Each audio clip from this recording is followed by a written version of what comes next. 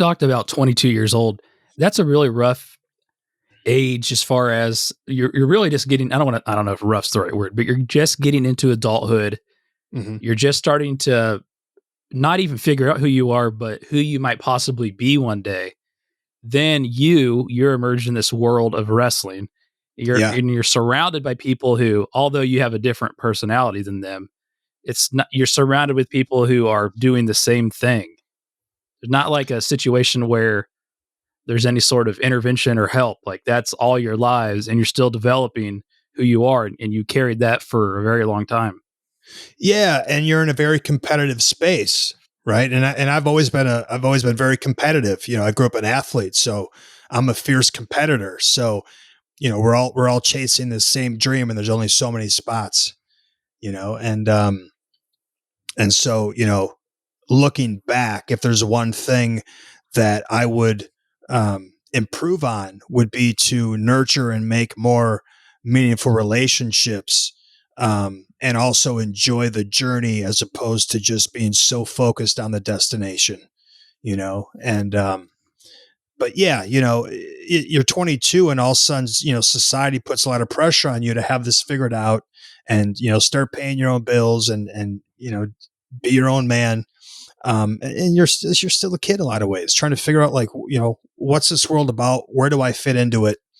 Um, so yeah, I think that's really part of it. And so to your question that you said earlier, like, I don't know that I knew who I was at that age. So you kind of morph into this character, and then, you keep having more and more success, the more that you go down that path.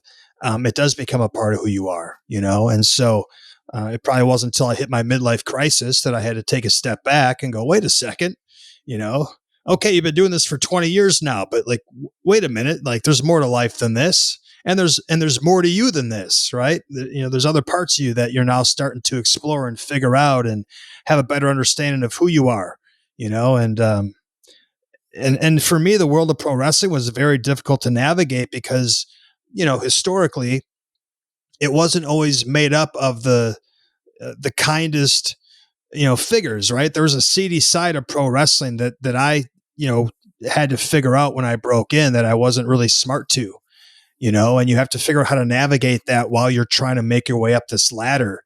And then, that's where you start to figure out where your moral compass points, which direction and what you're willing to do or not willing to do, or how you're willing to act, how you're not willing to act to get where you want to go. And that was difficult early on of that realization. And then having to go, well, this is kind of the path you chose, and this is what you're going to have to deal with if this is what you're going to do. Can you think of any moments directly that come to mind when at cross points that in these situations that you're talking about, a different time in your career and your life? And I'll say this, like, I'm glad that the industry's changed, in a lot of ways, but just the behavior that was accepted, right? The way that women were treated, or the expectation, you know, or just even, as a guy, being propositioned by promoters, in a roundabout way. And then having to realize that was, just like in other entertainment avenues, like that's a part of this world too. Right. And so, just a lot of those things. Right. And yeah, and then it was a very competitive space, and not everyone is trying to help you succeed, because if they help you succeed, it might mean that that's their spot, so there's a lot of selfishness, and there's a lot of, lack of transparency, lack of honesty, a lot of people who, smile to your face and stab you in the back, I've always, good or bad, right or wrong, whether it's served me or not, I've always been a honest, transparent person.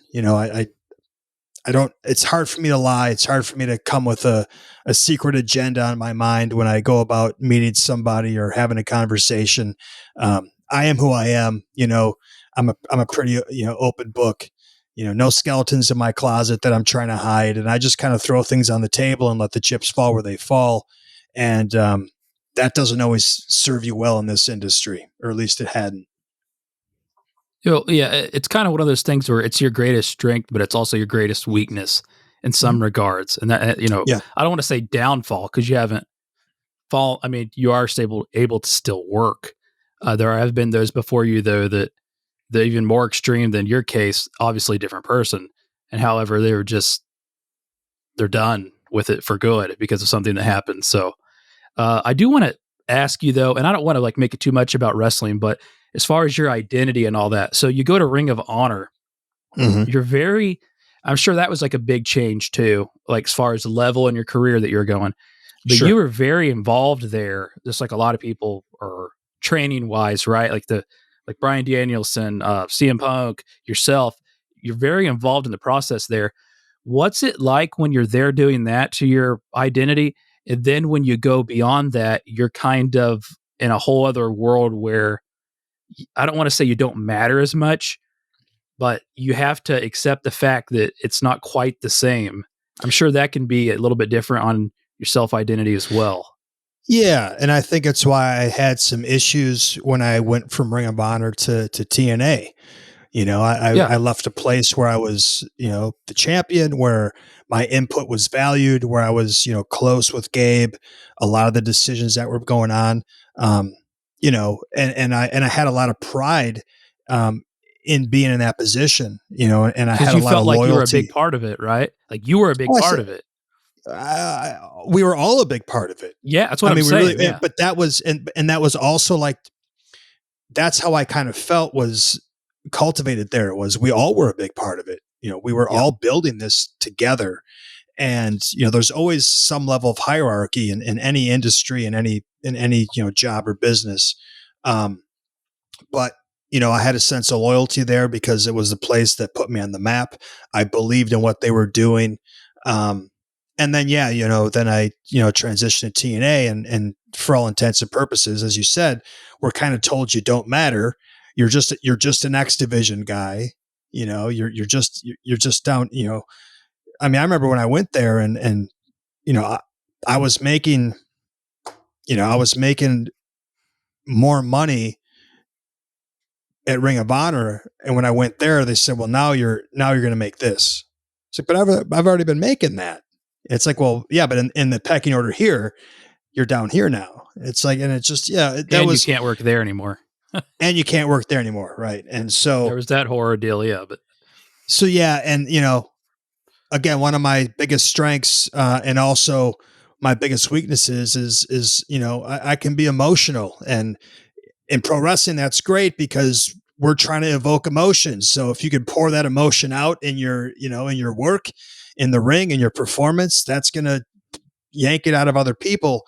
But sometimes for me, behind the scenes, keeping that emotion in check and being able to understand the politics and how the game is played and saying the right thing and doing the right thing, man, I failed at that, more than once. And because again, my whole thing is like, we're all men here, look me in the eye and shoot me straight, you know, treat me with respect. I treat you with respect, take us out of this pro wrestling bubble. We're just two human beings on this planet. There is no hierarchy, right? It's a made up thing. So I don't think that, you know, treating people like they're beneath you just because in this made up world of, make believe, this guy's got some, fake title belt, and this guy doesn't. So this guy is worth more than this guy. It's a interesting concept when you break it down and you look at it for what it is. And, so yeah, that was difficult at times, and I definitely pushed back. And I don't know if it was the right or the wrong thing, because ultimately, when I look at it, I ended up coming back and being a 3-time world champion there. And I feel like yeah. if maybe I just accepted, where they were trying to pigeonhole me, or accepted being, just an X division guy, and not stood up for myself and not voiced my opinion, maybe they never would have seen me as that when I came back. I don't know. Who knows? Um, but it's also part of the learning process, part of the growth process, part of the maturation process. And I think more than anything else is I wanted to be an important part because I wanted just like I did in Ring of Honor. Like I wanted to help that place grow and get bigger and get better. And I thought I could do that if I was, put in a position to at least, you know, have that relationship with the people that were making decisions.